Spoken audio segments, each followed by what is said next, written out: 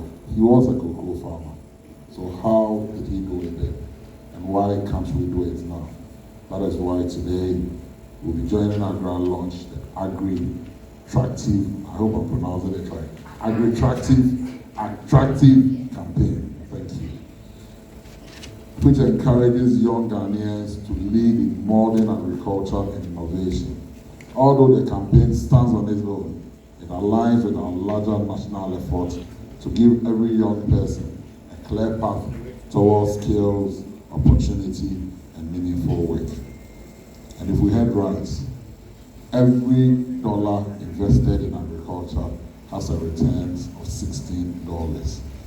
We averagely import about $2.2 billion worth of food into this country.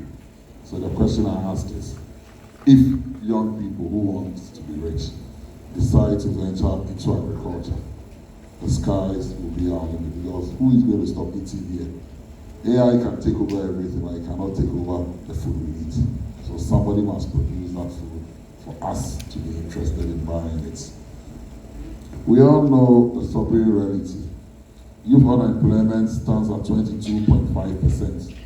More young women than men are affected.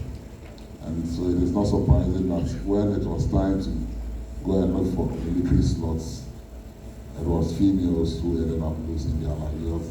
They are the most vulnerable amongst the two genders. More young women, like I said, are mostly affected if you look at unemployment rate. Unemployed, many of those who are unemployed are engaged in vulnerable, low-quality work. Every year, thousands of young Ghanaians step out ready to build their future. And on that fateful day, those six were part of those young Ghanaians who decided to step out to build their future. And unfortunately, it happened. Yet, too many feel unseen, unsupported, and uncertain about what lies ahead. This is not because they lack talent or drive. It is because the system meant to guide them is fragmented. For years, agencies such as the National Youth Authority, the Youth Employment Agency, the National Innovation and Entrepreneurship Program, and the National Service Authority, alongside private sector development partners, have invested heavily in youth programs, but these efforts often run in silos. So YEA is doing a program on entrepreneurship. NEIP is also doing a program in entrepreneurship.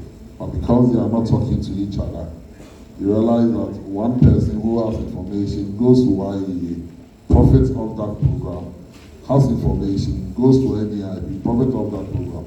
And then the one who is very most deserving has no information and so gets no opportunity at all.